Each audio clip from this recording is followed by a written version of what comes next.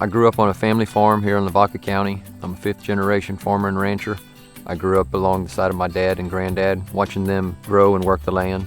When I first got started, I was just helping them on the side, and then over time I took on more and more myself. Right out of college, it wasn't enough to start full-time, so I had a full-time job with an energy company. And as more and more work got greater, I was able to make the transition and go into it full-time. I raised a little bit of corn, cattle, hay production, and also do manure for myself and custom application.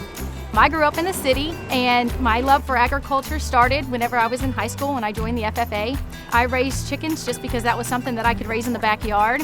Once it was time for me to go off to college, my ag teacher urged me to go into poultry science. So I majored in poultry science at Texas A&M, and that was probably one of the best decisions I've ever made. 12 years later, here I am still working in the egg industry. Our family was already picking up manure from a broiler house down the street, and as farmers and ranchers in the area started seeing the great results that we were having on our farms, they started requesting for some of the manure on their land as well.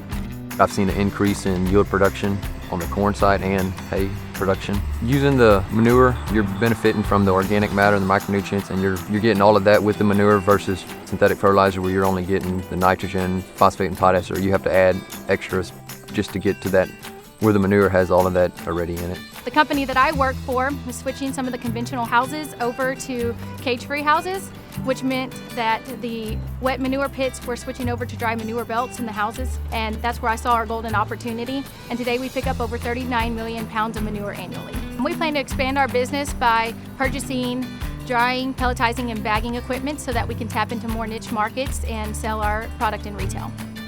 Over the past couple of years, with the increase of hog damage on feral hogs, it's been pretty tough with the grain side of it, so I've converted more row crop into hay production. And that way I've been able to make up for the lost yields on the grain side of it. To help not necessarily stop, but to help slow the feral hogs, I bought a trap, the boar buster trap, where you monitor it from your phone, and you just deploy it and everything right off your cell phone. So no matter where you're at, you're always hunting in the field. I have a 3-year-old daughter and a 1-year-old son. I'm very blessed to have an opportunity to be able to raise them on a farm. Not many kids nowadays are able to live that life.